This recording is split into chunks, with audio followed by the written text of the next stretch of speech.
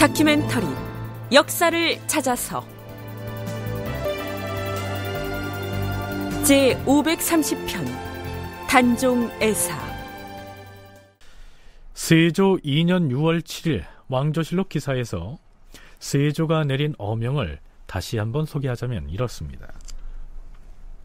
반역자의 친자식들은 모조리 교형에 처하라. 그리고 그의 어미와 딸, 처첩, 조손, 형제 자매와 아들의 처첩 등은 변방의 노비로 영구히 소속시키고, 반역자의 백부와 숙부 그리고 형제의 자식들은 먼 지방의 노비로 영원히 배속시키라. 그런데 세조 2년 9월 7일자의 기사를 보면 세조가 의군부에 전지를 내려서 반역 혐의로 처형한 사람들의 아내와 딸 혹은 어머니와 누이들을 공신들에게 나누어 주었다는 기록이 등장합니다. 여기에서 공신들에게 지급됐다는 부녀자들은 모두 170여 명에 달한 것으로 집계되는데요. 모두 살펴볼 수는 없으니 이 이름을 알만한 경우만 대강 간추려서 소개하자면 이렇습니다. 의금부에서는 지난번 계유정난과 이번에 난신에 연좌된 부녀자들을 대신들에게 나누어 주도록 하라. 박팽년의 아내 옥금과 김종서의 며느리 내은비, 그리고 김승규의 딸 내은금, 김승규의 첩의 딸 한금 등을 영의정 정인지에게 주도록 하라.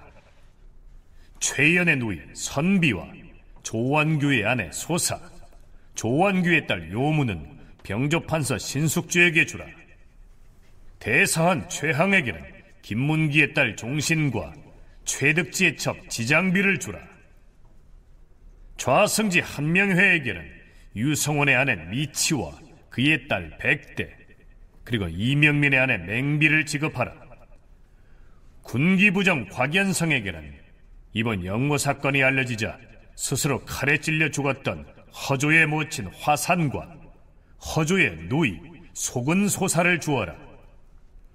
운성부원군 박종우에게는 성산문의 아내 차산과 성산문의 딸 효, 그리고 이승노의 누이 작은 아지를 가지게 할 것이며. 전 시간에 성산문이 마지막 형장으로 가는 모습을 소개하면서 그의 대여섯 살 된 딸이 능지처사 당하러 가는 아버지를 따라서 수레를 붙잡고 울면서 걸어갔다는 아주 비극적인 사연을 소개했었는데요.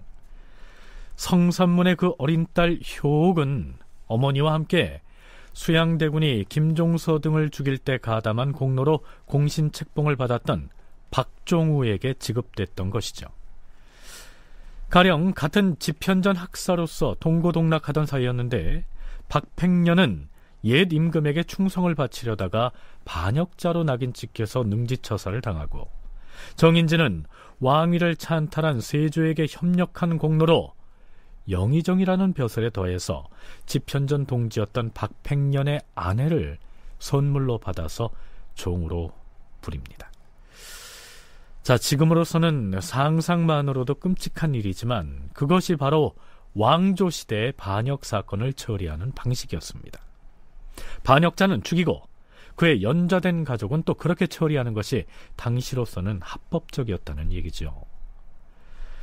전문가들의 의견을 들어볼까요? 연세대 국학연구원 윤훈표 연구원, 그리고 국사편찬위원회 김영두 편사연구사의 얘기를 차례로 들어보시겠습니다. 대명률, 이거 원래 이게 중국의 이 형법인데 조선은 자체적으로 만들지 않고 이제 중국 것을 들여다가 이제 썼습니다. 거기에 따라서 이제 이런 조치를 했는데요. 하지 않으면 곤란한 게 뭐냐면 그들을 이제 역적으로 몰아서 제거를 했는데, 빠른 후속 조치를 하지 않으면 역적이 아니라는 이야기니까 이거는 해야 되는 거죠. 법적으로는 아무런 하자가 없습니다. 법에 입각해가서 처리하는 것이니까, 또 이제 반역자들은 그렇게 처리해야 하는 것이 기본적으로 마땅하니까 만약 안 하게 되면 이게 후대에도 문제가 되어가지고 하게 됩니다. 하지만 이제 도덕적으로는 많은 비난이 이제 따르게 되는 거죠. 정말 그게 인간으로서 해야 할 짓인가? 이거는 너무 심하게 처벌한 거 아니냐, 혹은 대신 아는 사람의 부인이나 딸을 자기 노비로 하는 것이 옳으냐 그러냐 이런 얘기를 하는데, 기본적으로 법률 규정에 따라서 정해지는 거고요. 그래서 어떤 경우에 보통은 이렇게 돼서 노비로 오면 그냥 대대로 노비로 온 사람하고는 좀 다르게 대우를 하죠. 근데 이제 아는 사람인데 그렇게 너무 심하게 대우한다거나 하면 문제가 되는데요. 노비로 받았다고 해서 그 자체가 윤리적으로 어긋나거나 그러지는 않은 것 같습니다. 그러니까 반역 혐의로 처단된 사람의 아내나 딸을 임금으로부터 지급받았다고 해서 그 여성들을 놀이객감으로 삼거나 다른 노비처럼 혹독하게 부리지는 않았을 것이란 얘기입니다. 만일 뒷날에 신원이 돼서 그 죄가 면해지면 다시 예전의 신분을 회복할 수가 있기 때문입니다. 세조의 왕위 찬탈 이후 당시 민의 동향이 어떠했는지를 살펴볼 수 있는 기사들이 세조실록에 간헐적으로 등장하는데요. 그 내용을 살펴보면 이렇습니다.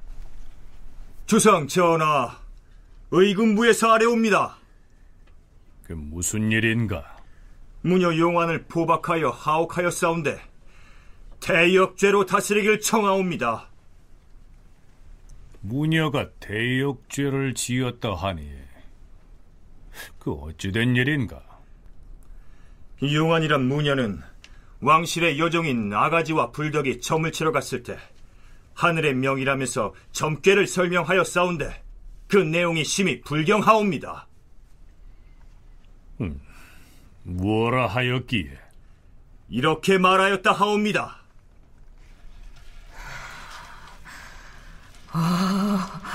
길조로다. 길조야. 금년에 우리 상왕께서 복위하시는 기쁜 일이 생기겠구나. 이런 불경스러운 언사를 농하였다 하옵니다. 이는 용서할 수 없는 대역죄로 능지처사로 다스려야 하옵니다. 뿐만 아니오라 그의 반역죄에 연주하여 율문대로 처단해야 하옵니다.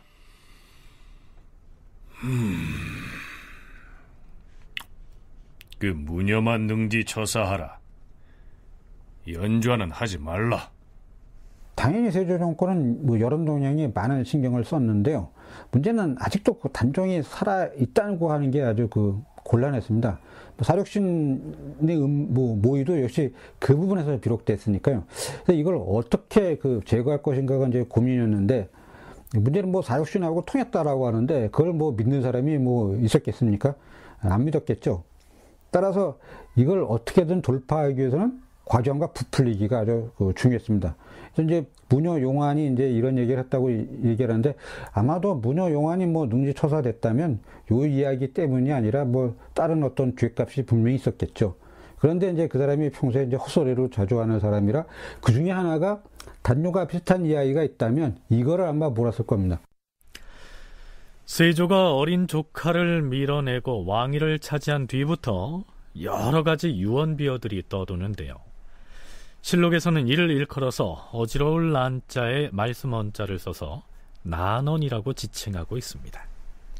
세조 1년 12월 15일 의금부에서 승려 해산이 역시 승려인 보문을 무고하여 난언을 하였으므로 율에 따라 장 100대와 삼천리박 유배형에 해당한다 하였으므로 그대로 따랐다. 세조 2년 1월 7일 충청도 해미에 사는 산호 우음금이 난언을 하였으므로 임금이 그를 추국하여 아뢰도록 하라고 명하였다. 세조 2년 2월 15일 의금부에서 아뢰었다.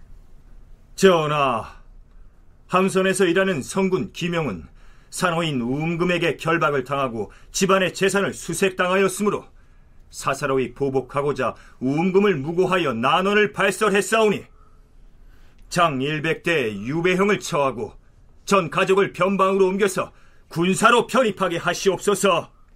임금이 그리하도록 명하였다. 세조 2년 6월 19일 이광래가 이웃 사람의 난언을 고발했는데 그 일이 사실이 아니었으므로 더 이상 문제 삼지 말도록 명하였다. 자, 실록에서는 그저 아무개가 난언을 하였다 이렇게만 기록하고 있을 뿐 무슨 말을 어떻게 했는지가 안 나타나 있는 경우가 많습니다. 그런데도 그 사실이 조정에 보고가 되면 임금이 직접 무거운 벌을 내리고 있는 것이죠. 말을 잘못했다고 해서 임금에게까지 보고가 되고 혹은 무거운 처벌을 받는다면 대체 그 난원의 내용은 무엇일까요? 대체로 세조가 어린 조카의 왕위를 찬탈한 데 대해서 비판이나 풍자를 가하는 그런 말들이 아니었나 여겨집니다.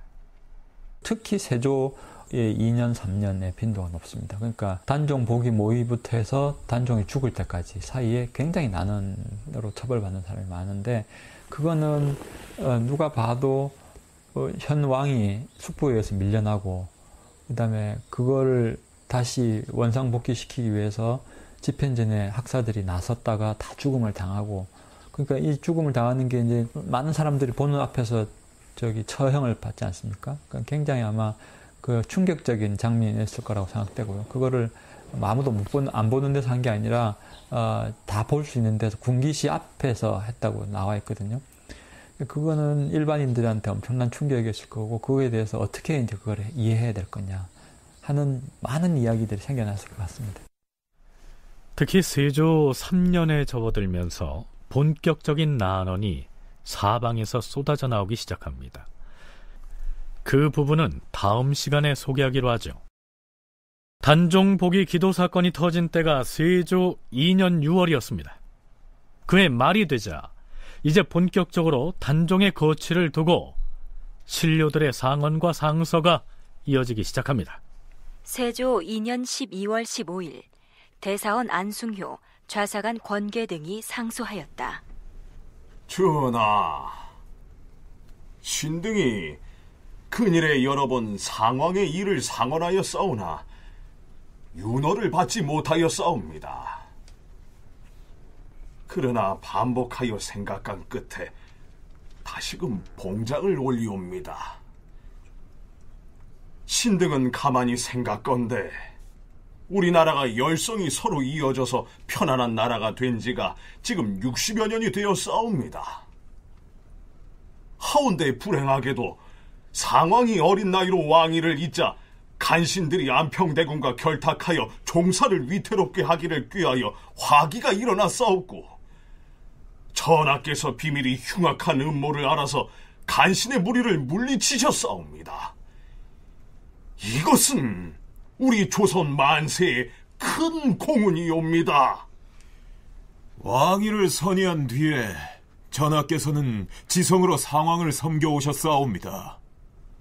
하운데 이계 박팽년 등의 무리가 상왕을 다시 옹립하기를 꾀하여 종사를 위태롭게 하려고 하였사옵고, 상왕 역시 이들의 음모에 참여하였사오니 이 나라 종사의 대계가 어찌 되겠사옵니까? 전하께서는 비록 상왕을 위하여 지성을 다하고자 하나 종묘사직에 관계되는 일이오니 이대로 둘 수는 없사옵니다. 문무백관이 똑같은 말로 여러 날에 걸쳐 다투어 모두 말하기를 상왕은 의당 법궁에서 피위하여 밖에 옮겨 거처하여야 한다는 것이옵니다. 이것이 종묘사직을 위한 계책이오니 따르지 않을 수 없사옵니다. 자, 이게 무슨 얘기냐면 상왕, 즉 단종은 지난번 사육신 사건에 연루돼 있어서 세조와 함께 궁궐 안에 거처하는 것은 안 될 일이니까 궐 밖으로 내보내야 한다, 이러한 주장을 하고 있는 것이죠. 이 기사의 말미에는 그러나 임금이 윤허하지 않았다, 이런 짤막한 구절이 붙어 있습니다. 상왕을 궁궐에서 내보내자는 주청을 세조가 단박에 덥석받을 수는 없었겠죠. 해가 바뀌어서 세조 3년 1월이 됐습니다. 이번엔 세종의 형이자 종실의 최고 원로인 양녕대군이 영의정 정인지와 함께 종친들과 대신들을 거느리고 궁궐 뜰락으로 몰려옵니다. 전하, 신등이 상황에 관하여 전일에 청한 것은 더 이상 미루어서는 아니 될 일이기에 보류함이 없이 속히 결정을 내리기를 바라고 있사옵니다.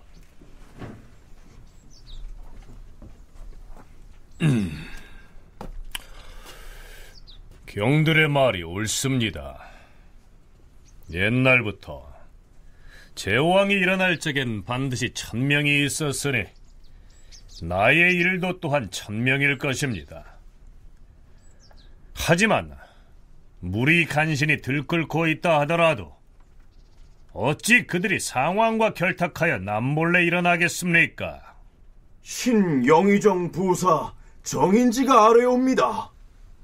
이는 1000명에만 맡길 수가 없다 할 것이옵니다.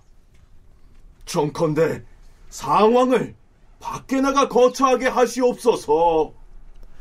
그러자 세조는 이렇게 대답합니다. 과인이 몇 달 동안을 생각하고 수백 번이나 구명한 끝에 이제야 결정을 내렸습니다. 과인의 결정에 대하여 경들은 고집을 해서는 아니 될 것입니다. 과인도 또한 독단을 해서는 아니 된다는 것을 누구보다 잘 알고 있습니다. 과인이 내린 결정은 금성대군 이유의 집을 수리하여 출입을 엄하게 통제하고 시종들을 철저히 단속하는 조건으로 상왕으로 하여금 나가서 거처하게 하는 것이 옳겠다는 것입니다. 과인의 뜻이 이러하니 의정부에 있어 이것을 다시 의논하여 아뢰도록 하시오. 이렇게 해서 단종은 궁궐에서 아예 나가서 귀양간 금성대군이 살던 집으로 거처를 완전히 옮기게 됩니다. 참고로 덕령부는 단종에 관한 일을 맡아보는 관청입니다. 의정부에서 아뢰옵니다. 상왕이 거처할 옛 금성대군의 집은 덕령부의 관원들이 윤번으로 낮에 입직하게 하시옵소서. 또한 대비의 양별실과 본댁의 환관과 시녀들이 본가에 드나드는 것과 모든 물건을 출납할 적엔 매 3일마다 덕령부에서 승정원에 보고하게 하시옵소서. 삼군 진무 2사람이 군사 10명을 거느리고 출입문을 파수보게 하시옵고 아울러 직숙을 하도록 하시옵소서. 만약 안에서 나가거나 계달할 일이 있으면 덕령부에서 와서 아뢰도록 하고 밤에는 3군 진무의 군사들로 보고하게 하시옵소서. 그리하라. 자, 이렇듯 물샐 틈 없는 통제 속에 놓이게 됐으니 이제 단종은 세조의 감시망 속에 완전히 갇힌 채로 고립이 돼버린 것입니다. 단종으로서는 고립무원의 처지로 몰린 셈인데요. 그러나 조정의 분위기는 단종에게 더욱 불리하게만 돌아갑니다. 영의정 정인지를 비롯해서 의정부에서 또 다른 건의를 하고 나선 것입니다. 전하, 신등은 이미 상왕이 마땅히 도성에 있어서는 아니 된다는 이유로서 여러 번 정성을 다하여 진술을 했는데도 전하께서는 쾌한 윤허를 하지 아니하셨사옵니다. 다시 천위를 무릅쓰고 청하옵니다. 상왕은 이미 사직을 진정시키지 못하였기 때문에 종묘 사직이 전하께 돌아가는 것은 상왕이 사은을 베푼 게 아니고 이는 곧 천지와 조정의 마음이었사옵니다. 그런데도 상왕은 감히 간신들과 더불어 전하를 도모했사오니 이것은 하늘과 스스로 전련하고 전하를 스스로 저버리고서 종사의 죄를 얻은 것이옵니다. 어찌 도성 안에 거처하면서 한나라의 봉양을 받겠사옵니까? 마땅히 대의로서 일을 처리하고 국론으로서 일을 결정해야 할 것이며 일이 종사에 관계되니 전하께서 사사로운 정에 매여서는 아니 될 것이옵니다. 엎드려 바라건대 적당한 곳을 만들어 도성 밖으로 옮기게 하시옵고. 자, 이 정인지의 말은 아예 단종을 한양 도성으로부터도 내쫓아버리자 이런 얘기입니다. 그런데 금방 이해가 되지 않는 점은 왕실의 최고 어른인 양녕대군이 단종을 내치는 일에 앞장서고 있는 것처럼 실록에 기록되어 있다는 점입니다. 세자 시절에 폐세자의 비운을 겪었고 보위를 동생인 세종에게 물려주는 아픔을 경험했으니까 누구보다도 이 단종의 처지에 측은지심을 가질 만도 한데 왜 그랬을까요? 이건 아주 그 왕실로 본다면 정말로 그 어처구니 없는 아주 큰 상황, 이걸 내버려 두고 계속해서 그 단종의 복위 운동이 벌어질 때마다 신하들을 죽인다고 하는 것, 이것으로 본다면 그 종실의 어른들의 입장에서 본다면 이건 좀 끔찍한 그런 사태이다라고 봤습니다. 더군다나 문제가 뭐냐면 양녕이 물러나고 이 세종이 즉위하는 때 상보다 이게 더 나쁘다는 겁니다. 그 당시에는 그 태종이 그 살아 있었습니다. 그래서 그 태종이 온갖 비난을 감수하면서 이거를 했기 때문에 왕실은 전혀 동요할 필요가 없었어요. 양녕대군이 종실의 가장 큰 어른으로서 생각해 볼 때 나이든 삼촌이 보위에 있는데 어린 조카가 상왕으로 올라가 있는 그러한 상황은 지극히 비정상적이고 또 불안정한 상황일 수밖에 없었기 때문에 차라리 단종을 내쳐서라도 세조가 안정적인 왕권을 다지는 쪽으로 힘을 보태려고 했을 것이다. 윤훈표 연구원의 분석이 그러합니다. 이 불안을 틈타가지고 여타 세력이 바로 할 경우에는 조선 왕실로서는 정말로 힘든 그런 상황이다. 여기서 어떤 형태로든지 단안을 내릴 필요가 있었을 겁니다. 아버지 때하고는 완전히 상황이 바뀌었죠. 금방 짐작되는 거 아닙니까? 어린 조카가 상황이라뇨. 아버지가 상황인 것은 아무 문제가 없습니다. 그러나 조카가 상황이라는 것은 정말로 큰 문제다라고 판단했을 겁니다. 자, 이제 상황인 단종의 장례는 어떻게 될까요?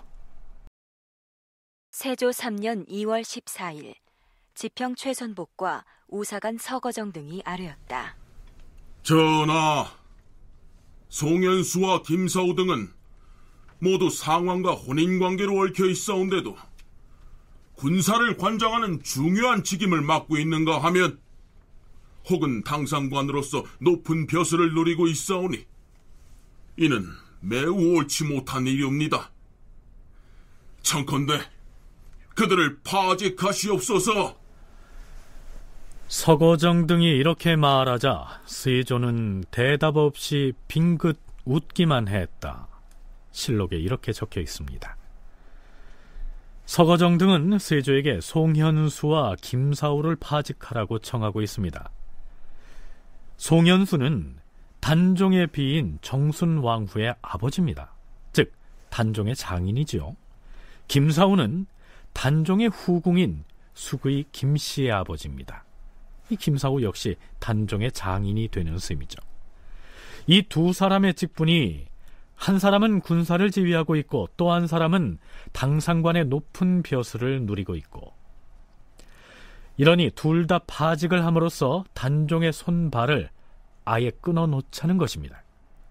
그런데 세조 3년 6월 21일 신분이 그냥 백성이라고만 돼 있는 김정수라는 사람이 전 예문제학 윤사윤을 찾아옵니다. 나리, 큰일 났사옵니다. 판동령부사 송현수와 행동령부 판관 권한이 지금 반역을 도모하고 있사옵니다. 반역을 도모한다는 송현수는 바로 단종의 장인입니다. 서거정이 세조에게 파직시키라고 주청을 올렸던 바로 그 사람이죠. 어찌됐든 정보를 입수한 윤사윤은 세조에게 송현수가 반역을 도모한다는 정보를 보고했겠죠. 윤사윤이 반역 사건을 아뢰었다. 임금이 사정전에 나아가서 영의정 정인지, 우의정 정창손, 우찬성 신숙주, 우참찬 박중손, 병조판서 홍달손, 예조판서 홍윤성, 영중추원사 윤사로, 판중추원사 이인손, 공조판서 양정, 이조판서 권남, 병조참판 구치관, 형조참판 황효원, 도승지 한용애 등을 불러 모은 다음 송현수와 권한을 의금부에 하옥하라 명하였다. 그런데 반역을 도모하는 사건이 일어났다고 이 조정 대신들이 모여드는 등 부산을 떨었지만 정작 반역 주동자라는 송현수와 권한을 의군부에 가두었다는 기사 외에는 반란의 이야기는 더 이상 나오지 않습니다. 대신에 세조는 신속하게 교지를 발표합니다. 단종에 관한 내용이죠. 예전에 성삼문 등이 말하기를 자신들의 거사 모의에 상왕도 참여하였다고 고백하였다. 그래서 종친과 백관들이 말하기를 상왕도 종사에 죄를 지었으니 편안히 서울에 거주하는 것은 마땅하지 않습니다라고 여러 달 동안 과인에게 주청을 해왔도다. 그러나 과인은 진실로 윤허하지 아니하고 처음에 먹은 마음을 지키려고 하였도다. 그러나 지금에 이르기까지 인심이 안정되지 아니하고 계속 잇따라 난을 선동하는 무리가 그치지 않으니 내가 어찌 사사로운 은희로서 나라의 큰 법을 굽혀 하늘의 명과 종사의 중함을 돌아보지 않을 수 있겠는가? 이에 특별히 여러 사람의 의논을 따라 상왕을 노산군으로 강봉하고 궁에서 내보내 영월에 거주하게 할 것이다. 과인은 노산군에게 옷과 음식은 후하게 제공할 것이니 노산군은 목숨을 잘 보존하여서 장차 나라의 민심을 안정시키도록 하라. 의정부에서는 과인의 이러한 뜻을 서울과 지방에 널리 효유하라. 세조는 기다렸다는 듯이 그동안 상왕으로 불려오던 단종을 노산군으로 강등시킴으로써 그를 임금의 반열에서 하루아침에 왕자급의 서열로 끌어내린 다음 멀리 영월로 내쫓기로 작정을 한 것이죠. 아마 단종의 장인인 송현수가 주동했다는 반역 도모는 단종을 내치기 위해서 일부러 만들어낸 사건이었는지도 모릅니다. 세조 3년 6월 22일 지금의 광진구 화양동에 있었던 화양정. 아유, 우리 어린 임금님이 결국 천리 먼 길로 귀양산리를 떠나시네 그려. 글쎄 말이야. 수양한테 임금 자리 빼앗기고 집현전 출신들도 다 떠나보내고. 아유, 결국 한양 땅에서마저 쫓겨가시는구나. 어디로 가신대? 영월이라잖아. 참 멀리도 가신다. 응? 수양인가 수양버들인가 아주 몹쓸 사람이로구만. 언제는 선왕의 뜻을 받들어서 어린 조카를 잘 돌보겠다고 했다던데. 자네도 목 잘려서 저작거리로 내걸리고 싶어. 요새 나라님 욕했다가 치도곤을 당한 사람이 여러 명이야.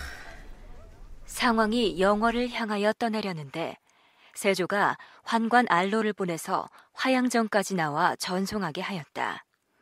상왕이 알로에게 말하였다.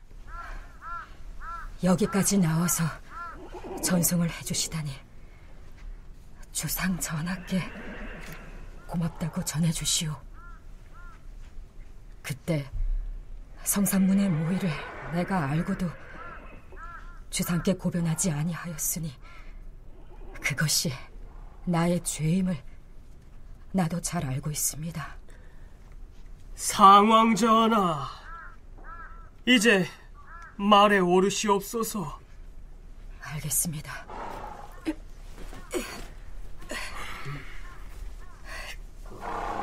금부도사, 그럼 출발합시다.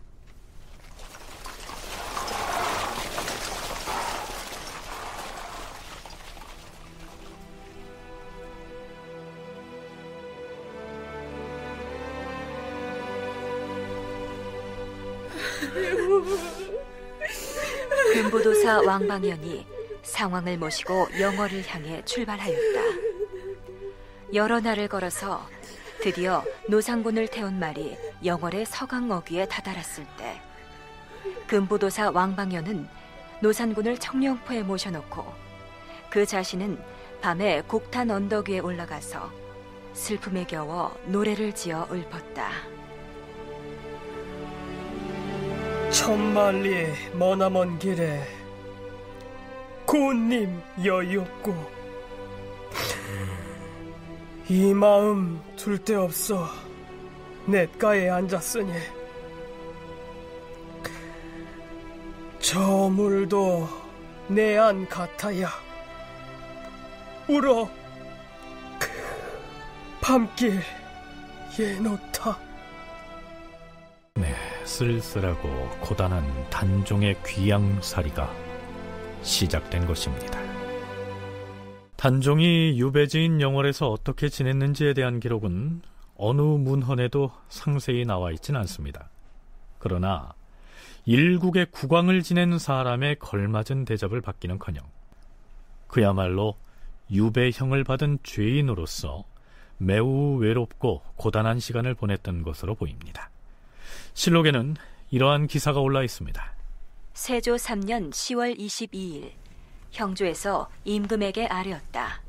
주상 전하, 대궐에서 일하는 독동이라는 종과 전농시에서 일하는 윤생이라는 종이 어느 날 수박과 호도를 가지고 와서는 유배 중인 노산군을 찾아가 아련할 것이니 허락을 해달라고 하였사옵니다.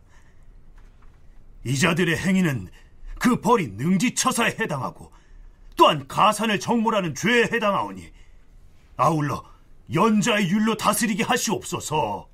그러나 임금은 곤장 100대만 때리도록 명하였다. 수박과 호두를 가지고 와서 유배 중인 단종을 면회하고 싶으니 허락해달라고 말한 것이 이처럼 무시무시한 죄가 될 정도였으니까요. 그가 얼마나 황폐한 환경에서 유배 생활을 했는지 짐작할 만합니다. 그런데도 조정에서는 단종을 멀리 영월의 유배지에 보내놓고도 안심이 안 됐던 것일까요?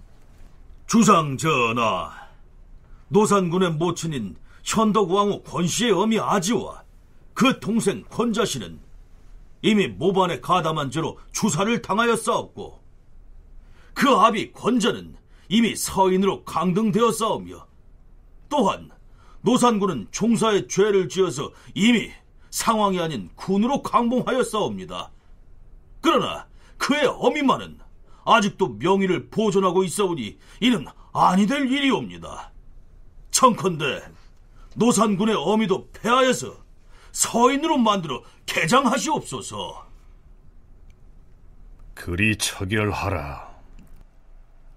현덕왕후 권씨는 단종을 낳고 단 하루 만에 세상을 떠나버려서 단종으로서는 얼굴도 본 적이 없는 어머니였습니다. 그런데 단종이 죄인이 돼서 군으로 강등이 돼서 유배길에 올랐으니 왕후의 격식에 맞게 조성된 무덤을 파헤쳐서 서인의 초라한 무덤으로 이장을 시켜야 한다. 이런 얘기죠.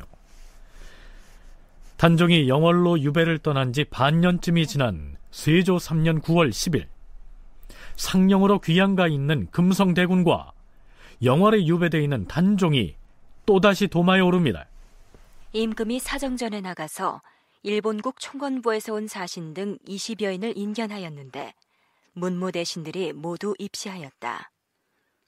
한참 만에 사신 일행과 제추 신료들이 모두 나가고 나자 좌찬성 신숙주가 임금 앞으로 나가서 아뢰었다. 주상 전하, 기니 아뢰울 말씀이 있사옵니다. 무슨 얘기인지 어디 말씀해 보세요. 금성대군 이유는 현저하게 대역을 범하였사오니 결단코 용서할 수가 없사옵니다. 지난해 성삼문 등이 노산군을 명분으로 내세워 거사를 하려고 했사온데 이젠 금성대군도 노산군을 끼고 난역을 일으키려 하고 있사오니 노산군을 편히 살게 방치할 수는 없사옵니다. 그 문제라면 의정부에서 다시 와서 과인에게 청할 것이니 장차 다시 한번 의논을 해서 결정을 하겠소. 평소 신숙주가 말하는 것이면 임금이 윤허하지 않는 것이 없었는데 이 문제는 윤허하지 않으므로 잠깐 있다가 또 영의정 정인지, 좌의정 정창손, 이조판서 한명회가 와서 신숙주와 더불어 아뢰었다. 금성대군 이유의 모역은 일조일석의 일이 아니었고 그 유래한 바가 오래되옵니다. 지난번에는 서울에 있으면서 군사를 모아 모역한 것으로도 그 죄가 마땅히 죽여야 할 것이온데, 더구나 이제 거듭 대역죄를 범하여 싸웠고 또한 그 일이 종사에 관계되는 일이오니 전하께서는 사사로이 용서하실 바가 아니옵니다. 청컨대 법대로 처치하시옵소서. 왜 자꾸 그러시오? 영의정도 요나라 태조의 고사를 알고 있지 않습니까? 요나라 태조의 고사란 요나라의 태조 야율 아보기가 막내 동생 야율 안단이 모반을 일으켰을 때 결국 처벌을 하지 않고 용서해준 사례를 일컫습니다. 세조가 금성대군을 벌하지 않고 용서하겠다는 뜻으로 그 얘기를 꺼낸 것이죠. 그러자 정인지도 가만히 있지 않죠.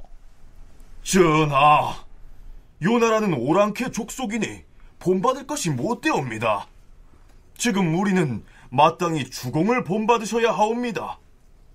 금성대군에게 사약을 내려서 그의 머리를 저자에 내걸어야 하옵니다. 또한 노상군은 반역을 주도한 자이니 편안히 살게 두어서는 아니 되옵니다. 정인지가 세조에게 요나라의 태조가 아니라 주공, 즉 주나라의 희공을 본받아야 한다고 말한 점이 좀 이채롭습니다. 문종이 사망하고 어린 단종이 즉위했을 때 수양대군은 그 스스로 주공이 되겠다라고 했습니다. 이때 수양대군이 담겠다고 한 주공은 친형인 무왕이 죽자 자신은 왕위에 욕심을 내지 않고 어린 조카인 성왕을 도와서 왕권을 반석 위에 올려놓았던 인물이죠. 그런데 지금 여기서 정인지가 본받으라고 하는 주공은 앞의 주공과는 동일 인물이지만 자신의 동생들이 반란을 일으키자 조카의 보위를 지키기 위해서 동생을 죽였던 바로 그 주공입니다. 정인지는 세조에게 동생인 금성대군을 죽이란 뜻으로 주공을 본받으라고 한 것이죠. 자, 이때 세조의 반응이 이렇습니다. 노산군은 이미 군으로 강봉이 되었으니 그마저 폐하여 서인으로 만들어도 되겠으나 금성대군 이후의 일은 감히 영의정의 청을 따를 수가 없습니다. 과인과는 고륙지친인데 어찌 용서할 수 없다는 말이오? 다시 한 달쯤 뒤인 10월 18일, 이번에는 세종의 두 형제인 양녕대군과 효령대군이 함께 나섭니다. 전하, 영월에 있는 노산군과 상령에 있는 금성대군 이유의 죄를 이대로 두어서는 아니되옵니다. 아이고.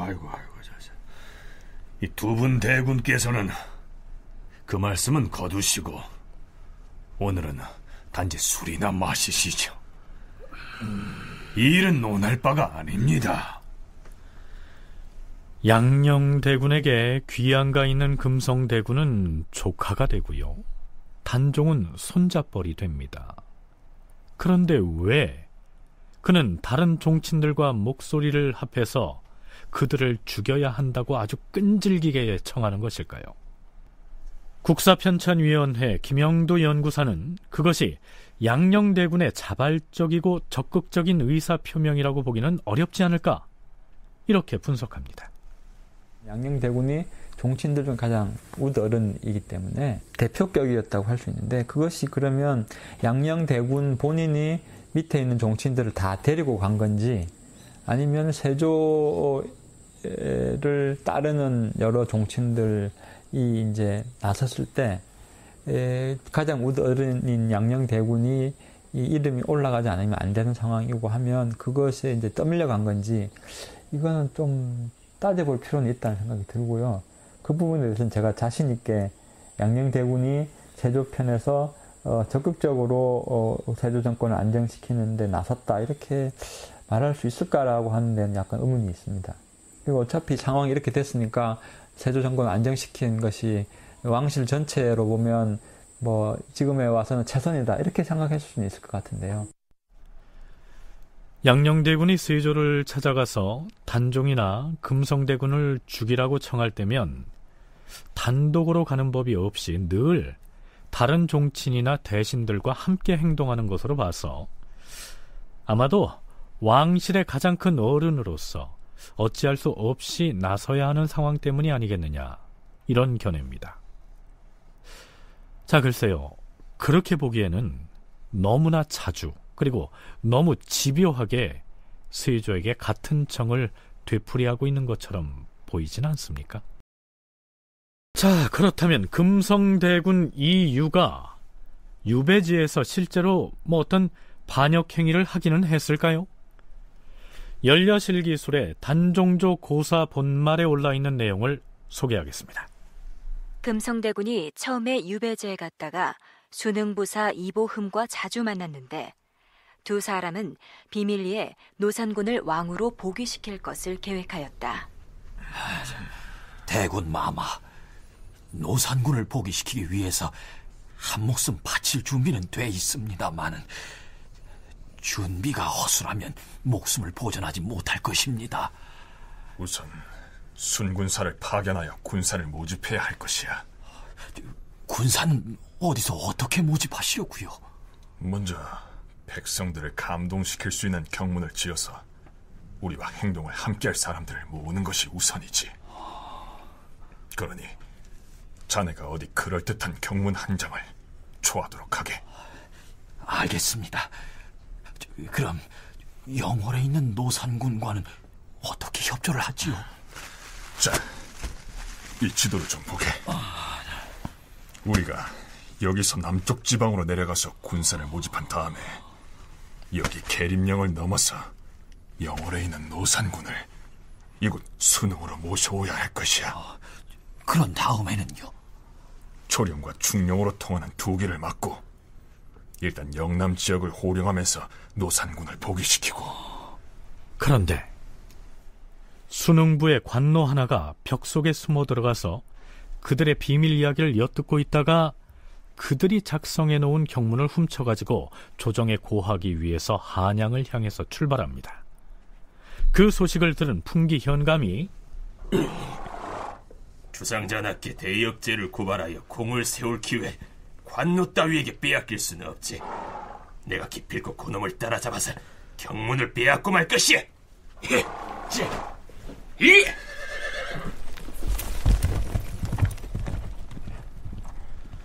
풍기 현감은 결국 관노를 따라잡아서 그 경문을 빼앗아서 조정에 갖다 바침으로써 큰 공을 세웠다는 얘기입니다. 이상은 연려실기술에 수록된 내용이고요.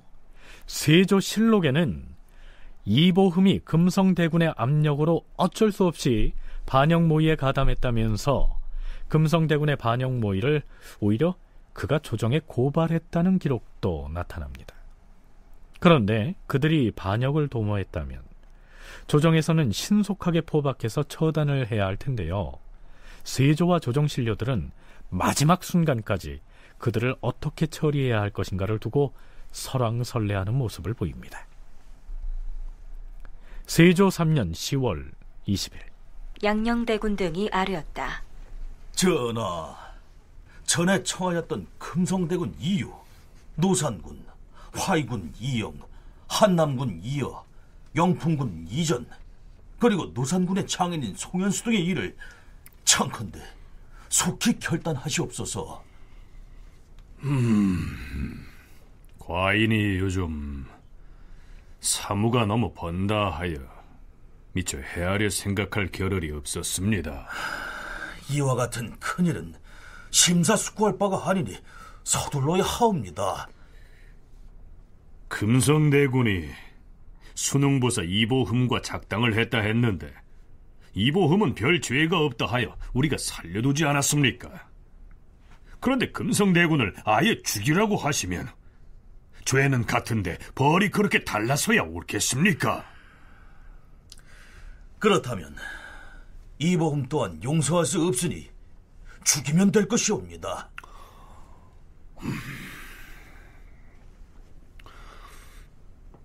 알겠습니다. 마땅히 대신과 더불어 상세히 의논하겠습니다. 드디어 10월 21일 양녕대군이 금성대군과 노산군 등에 대한 마지막 상소를 올립니다. 전하, 신등은 듣건대 이를 처결하는 데 있어서 유예부단하면 반드시 후환이 있어없고, 사사로운 정의로 태의를 멸절하면 대계를 해친다고 들었사옵니다. 예전 간흉들의 변란 때 노산군이 가담하여 종사에 죄를 지었사옵고, 금성대군 이유는 그를 성원하는 일당과 결탁하여 불귀한 짓을 도모함으로써 신민들이 함께 분노하였사옵니다. 하운데 전하께서는 오히려 사사로운 은혜 때문에 그들을 외방으로 옮겨놓으시고 곡진하게 생명을 보존케 하셨는데도 오히려 그 자들은 전하의 크나큰 덕을 알지 못하고 군사를 일으켜 반역을 꾀함으로써 장차 노산군을 끼고 종사를 위태롭게 하려고 하였사옵니다. 이 죄악은 천지에 용납할 수 없는 것이옵니다. 이 흉악한 모욕죄인들은 왕법에 따라 반드시 주살함으로써 그 죄악을 용서하지 말아야 할 것이옵니다. 그리고 영의정 정인지도 마지막 상소를 올립니다. 전하, 노산군이 저지른 변은 그 죄가 종묘사직에 관계되므로 차마 입으로는 말할 수 없사옵니다. 또한 금성대군 이유는 마음 가득 화를 품고서 불쾌한 일을 꾀하였사오니 죽음으로도 모자랄 것이온데, 전하께서는 차마 어찌하지 못하시어서 외방에 안치해 두셨사옵니다. 그럼에도 불구하고 그 자들은 성은을 생각하지 못하고 군사를 일으켜서 반란을 시도하여 노산군을 왕으로 세우려고 도모하였으니 그 죄는 천지 사이에 용납되지 않는 것이옵니다. 그동안 전하께서 사사로운 은혜로서 뜻을 굽혀 용서하시려고 하신 탓에 대소신료가 분통함과 억울함을 펴지 못하고 있사옵니다.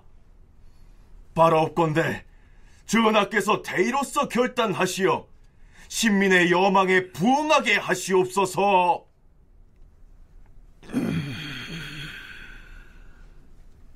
금성대군 이유에게는 사약을 내리노라. 또한 노산군의 장인 송현수는 교형에 처하라. 그러나 이영, 이여, 이전 등의 왕자들과 정종 등은 더 이상 죄를 논하지 말라. 자, 글쎄요. 어마어마한 반역 사건이 일어날 것처럼 아주 조정 안팎이 온통 들썩거렸던 것에 비하면 그 결과가 아주 싱겁지 않습니까? 결국 금성대군 이유와 그의 장인인 송현수가 주살됐고, 며칠 뒤 순흥부사 이보흠도 사형에 처해집니다. 그런데요, 좀 이상한 부분이 있습니다. 여태까지 종친들과 대신들이 살려둬서는 안 된다고 무수히 상언 상소를 올렸던 대상이 노산군, 즉 단종이었는데, 세조가 그를 죽이도록 어명을 내려서 윤허했다는 내용은 그 어디에도 보이지 않습니다. 그 대신에 그 기사의 맨 뒤에다가 이렇게 덧붙여 놓고 있죠. 노산군이 이 소식을 듣고 스스로 목매어서 졸하니 예로써 장사 지냈다. 세조실록의 기록대로라면 세조는 단종을 죽이지도 않았고 죽일 생각도 없었는데 스스로 목숨을 끊었다는 얘기입니다. 그러니까 단종은 죽기는 죽었는데 그렇다면 어떻게 죽었을까요? 남한갑이 지은 병자록에서는 단종의 죽음을 이렇게 기술하고 있습니다. 금부도사 왕방연이 사약을 받들고 영월에 이르렀으나 감히 들어가지 못하고 머뭇거리고 있었다. 그러자 함께 온 의금부의 나장이 시각이 지체된다고 발을 동동 굴렀다. 금부도사가 하는 수 없이 들어가서 뜰 한가운데에 엎드려 있으니 단종이 익선관과 골룡포를 갖추고 나와서 찾아온 깔닥을 물었다. 무슨 일로 오셨습니까?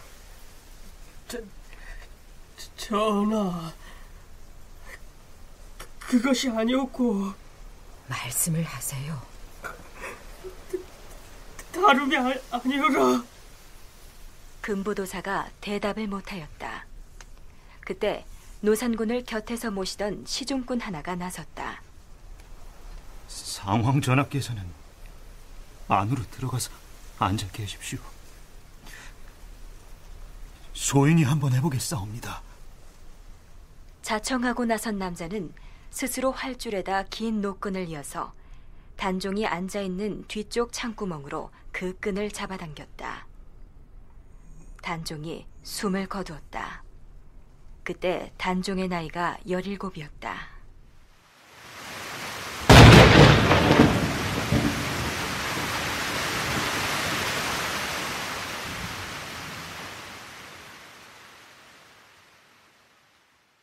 자기가 목에다 끈을 메고 개를 잡는다고 하면서 잡아당기게 해서 죽었다 하는 건 자살을 한 것 되고요. 아니면 사약을 차마 금부도사가 못 주니까 누가 나서서 단종의 목을 이렇게 메고 그걸 졸라서 죽였다 하면 타살이 되는 건데요. 하여튼 전해지는 이야기에 따르면 이제 전해지는 여러 가지 이야기들의 공통점은 단종의 직접적인 사인은 목이 졸린 거다라는 것이 공통점인데, 그것이 자살인지 타살인지는 이야기마다 다르고요. 근데 글쎄 자살할 이유가 있었을까?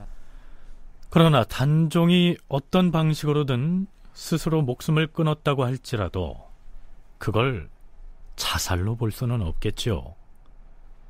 세조를 비롯해서 그러한 선택을 하게 만든 세력에 의한 타살일 테니까요.